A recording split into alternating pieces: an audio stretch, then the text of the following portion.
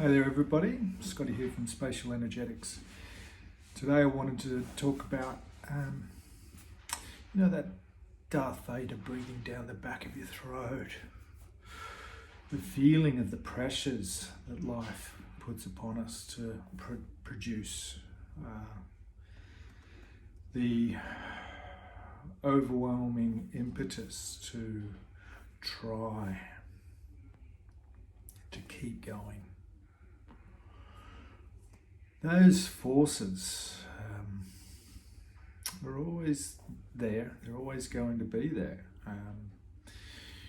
challenging us to test our moral integrity, test our compass of virtue. Because those that have money are taught the lesson, now you have money, what are you going to do with it?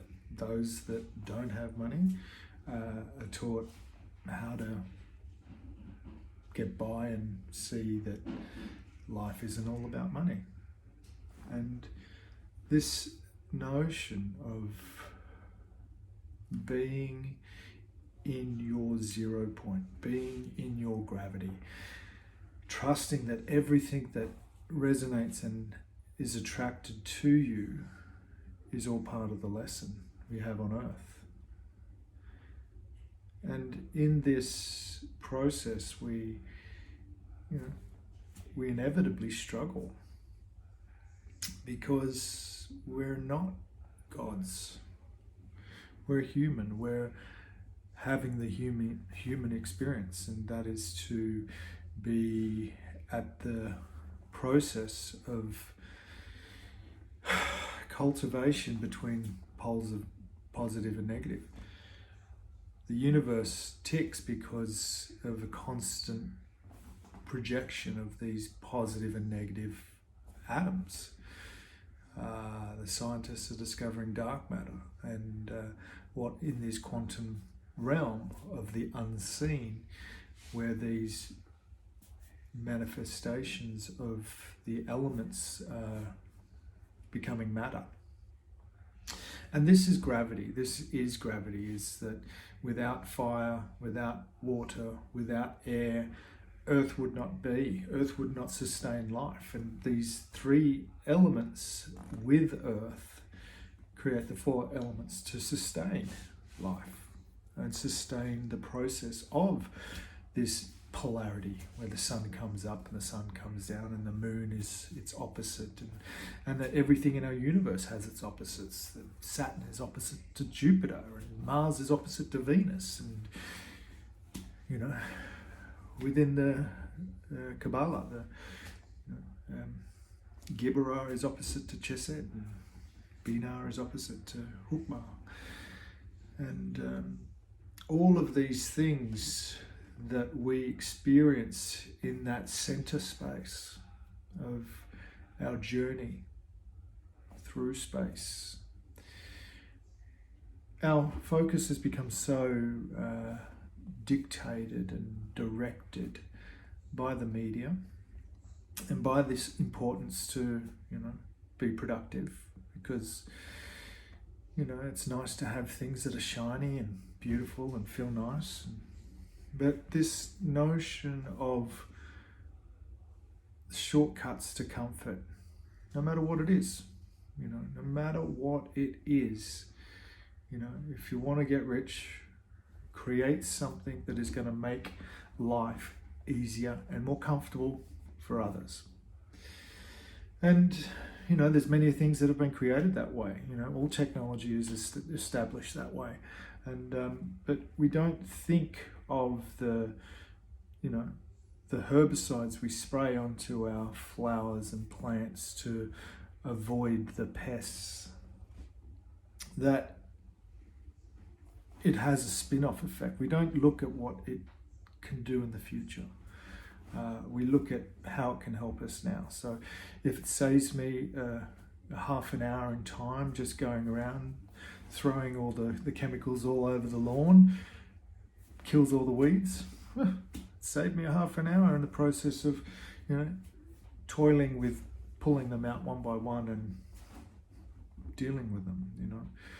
And it's this process that we all have a habit of trying to avoid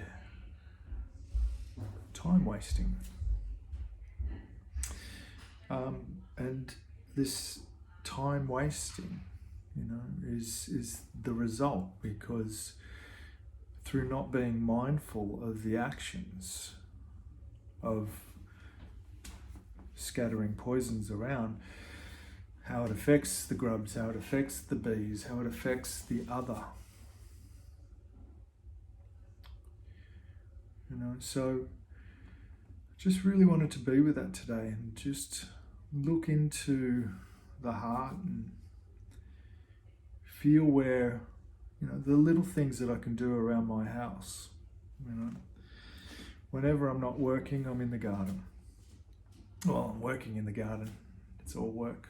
It's all work. It's all chopping wood and carrying water, no matter what we do, But this aspect of trying, when there's question marks, like why, established in the trying of effort, there's wars internally going on, it's like, why isn't this working? What do I need to do to make this work? Sometimes we just have to sit back and think, maybe this path isn't my path, because I've found that when anybody aligns to their own path of gravity, that there becomes a sense of wind in the sails, and that trying, that effort that we channel into that project becomes effortless. It becomes gravity. And this is what I wanted to talk about today. Gravity. What's in your space? To really know it, we need to look at the addictions we have, what things we engage in our life that we feel guilty about. We say to ourselves, I really shouldn't be doing this, but it feels so good. And look at that tension within.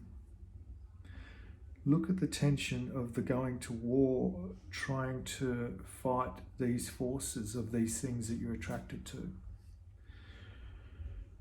Because if you can actually attend to those subtle tensions in the body, and if you can go out in the garden and be with the garden, be with your space, do your housework, attend to your space. Your space is whatever it is. It's whether it's your bedroom, it's the space that you occupy, your office. It's a reflection on who you are. That's why Feng Shui has such a powerful premise. That if we, in our process of attending to space, watch our thoughts, watch our heart, and be grateful for the process, be grateful for the space, be grateful for these things that we pay little regard to. Grateful for the air, grateful for the water, grateful for the fire, the sun, and grateful for this earth, grateful for everything that we've created. I hope this finds you well.